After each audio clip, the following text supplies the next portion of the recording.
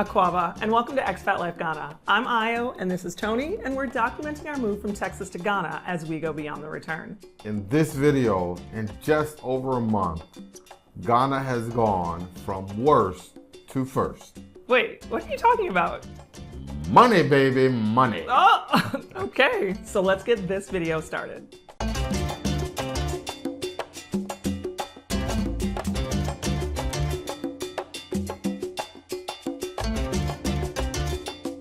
Ghana's cedi, the local currency, has been performing poorly on the global marketplace throughout the last year. Yeah, like it depreciated in value by over 50% against the US dollar over the course of the entire year. But in the last few days, it has bounced back over 10%, which takes it from last place globally and puts it into worst to first.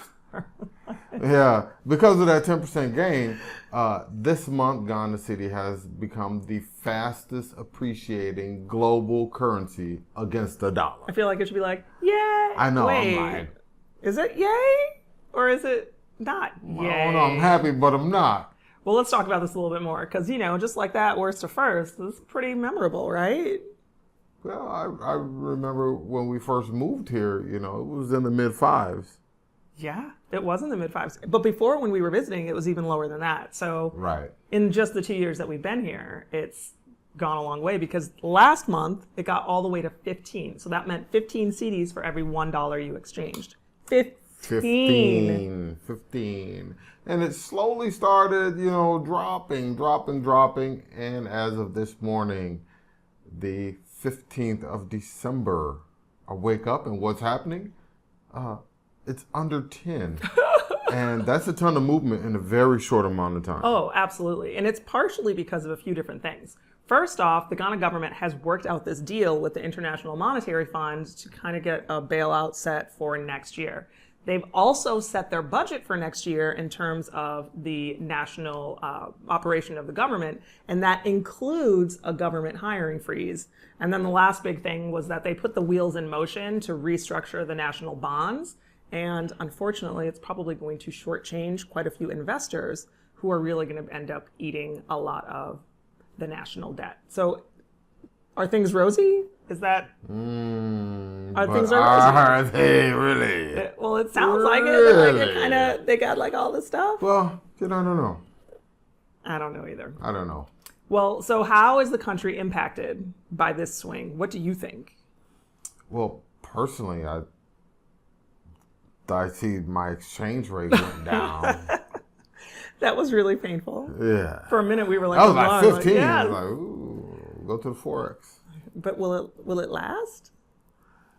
I don't know if it's a thing where we're waiting to see what happens after December, mid-January. I want to see where those numbers are. Well, because so much of what Ghana consumes domestically is imported. Mm-hmm. When the cedi falls like this against the dollar, the price of everything in the country just skyrockets. Everything. Right. So when you compound inflation and the depreciation together, on the ground here, everything has just gotten so expensive.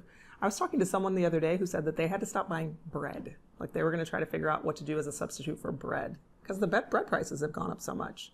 So it really is everything. Like, a loaf is like 18 cedis now?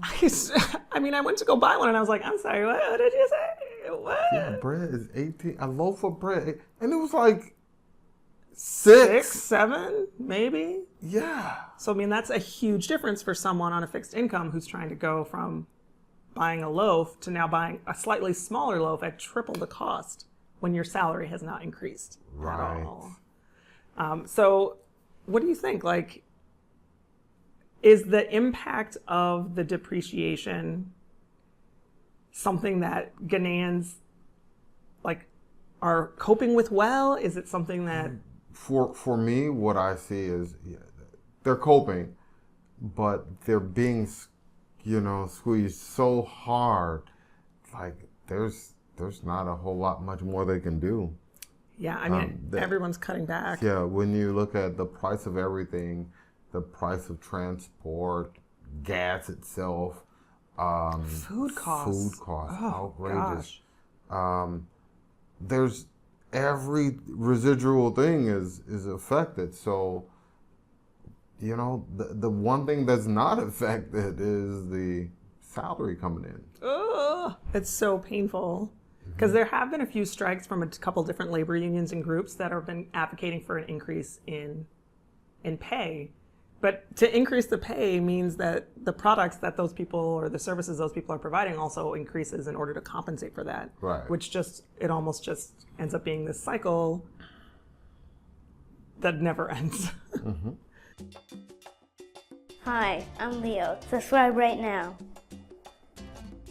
One of the biggest impacts is transportation. The Ghana Private Road Transport Union said that they're not going to reduce the fares because of this trend. They want to see, what happens in a week or so, in 2 weeks. Well, I think we're quick to raise them. Why are they not quick to lower them? Yeah, I think they're waiting till the next pricing window or something like that to see what happens. But in the past year alone, fares have went up 40%.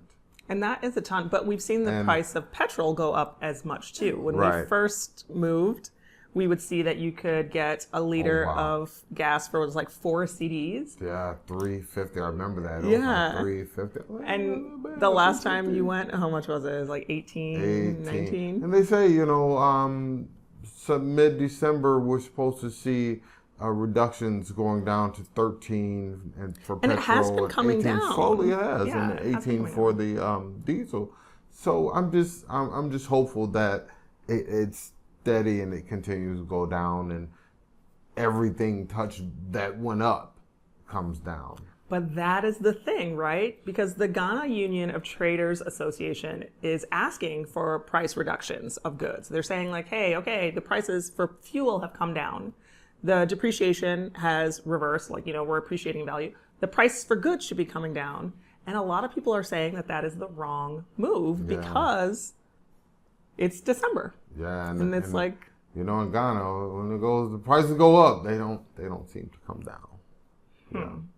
So will it swing the other way after the new year? That's my major concern. Are we just seeing this swing to help Ghana through December and not, have all these tourists come in and take advantage of the... Well, that was one of the conversations that I read about earlier, was that two things. One was that a lot of the traders who are doing import-export of goods and goods in and out of Ghana are on Christmas vacation, and they've already purchased everything that they planned on importing for the holiday season. That was happening back when the CD was very low to the dollar, when we were talking about that 15, right? So that was when they were making their deals and importing everything and clearing through the port. Now it's quiet.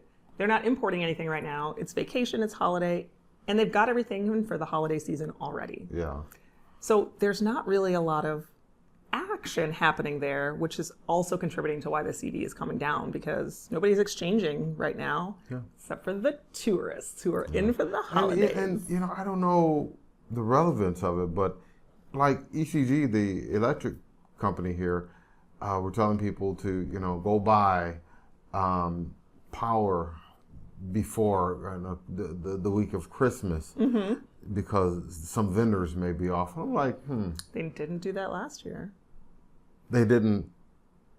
We never got a notice last year or the year before that said, hey, top up before the holidays. Yeah, they're like, some of our vendors may be on vacation. You may not be able to get it. So I'm like, So there's a run on paying for power, and there's money coming in. So I don't know. I'm skeptical. Like you said, that never happened before, where they're like, hey, come bring us money. Right. You may not be able to bring us money later. Well, and they've had some really serious issues over the last couple months with electricity services because of what we are hearing is computer performance, maybe hacking, but I think that what you said is So- true. When you say, hey, you better top up because we might not be able to take your money later, people really take that seriously here and they go and do that. Yeah. Nobody wants to be without electricity. Yeah, there'd be one of those, we told you, fool. Now look at you. Mhm. Look I at don't how want that to sparkly happen. the Christmas lights are when they're off. All right. But are they doing that just to drum up some extra cash right now? Is that what you're thinking? It's maybe... Well, you know what? We'll know right after holiday. Well, and so that's where everyone is kind of in a holding pattern. Even though the CD is making this rally, because of the international trade, because of still the small details that are being worked out in terms of the IMF, the bonds situation here, and the ironing out the rest of the budget, it's like people want to see how this stuff really plays out in the new year before they start to lower prices, Right. which sucks. Yeah. Join the conversation. Drop a comment below and let us know what you think. So what can we do as expats to help the situation here? I think all this is directly impact paying employees, since our compensation package include transportation for certain employees. And, that's... Yeah, I mean, it's really hard to run a business because the prices change. The prices these last couple months have been like just so chaotic. and like they're chaotic. It's almost to the point you're paying somebody more in their transport fees than their salary. You had someone quit because they were not on a compensation with transportation, and they honestly just couldn't afford to come to work anymore. They were like, it doesn't They're pay. like, yo, I'm just paying to come to work. Can't Can do you it, boss. imagine? Like, yo, I don't felt have really any. bad. Yeah, it felt bad, So that just, it impacts everyone. The guy had to quit his job because, like, I'm not making any money. And he wasn't. I mean, he wasn't. And he That was can't sad. afford food prices because they're going through the roof too. It's hard for us, I think, because, it's like you're starting to make decisions on things based on your current exchange rate, right? Like, so today it's 10-1. We make decisions based on that 10-1.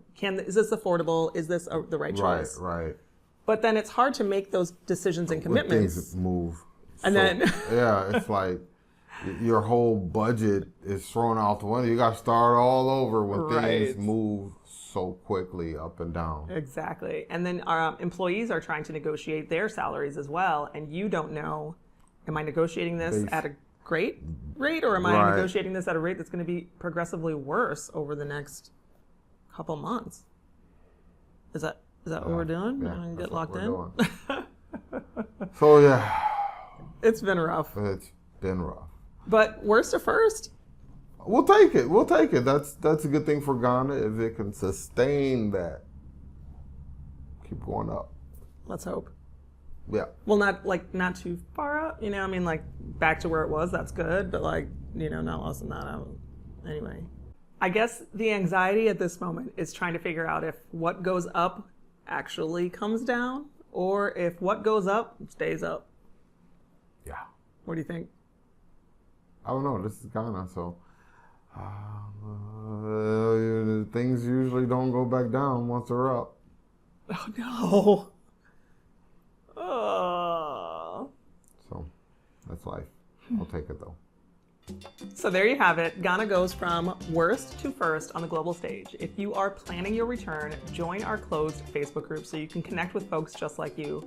They've been having some serious conversations about... Big time, big time, big time. So join in with us over there.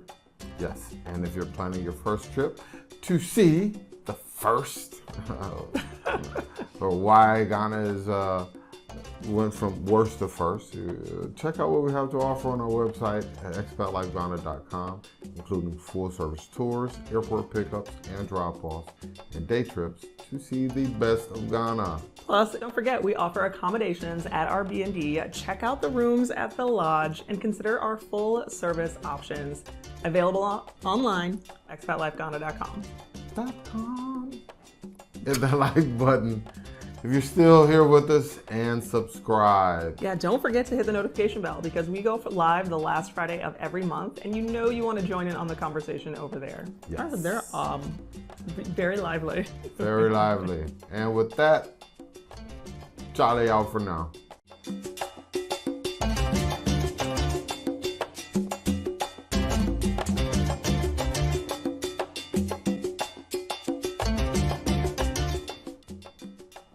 Say cheese. Take a picture. Take a picture. Take a pic. Take a pic. 40% more than it did last week. Hey. Walmart. Are you looking all serious and stuff? Oh, I just gave you my germs. Oh. Love you. Love you too. Aww. Knock this out real quick. Yeah, let's do it. Okay. All right. Try not to lose my voice.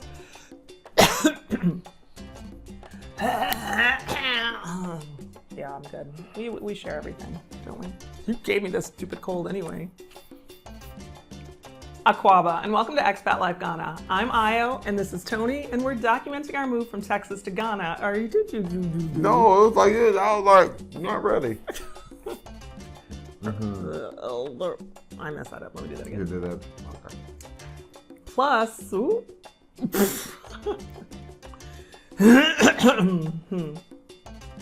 You ready? I'm waiting for this to go by. They found you, Tony! You talk too much politics! They're coming for you!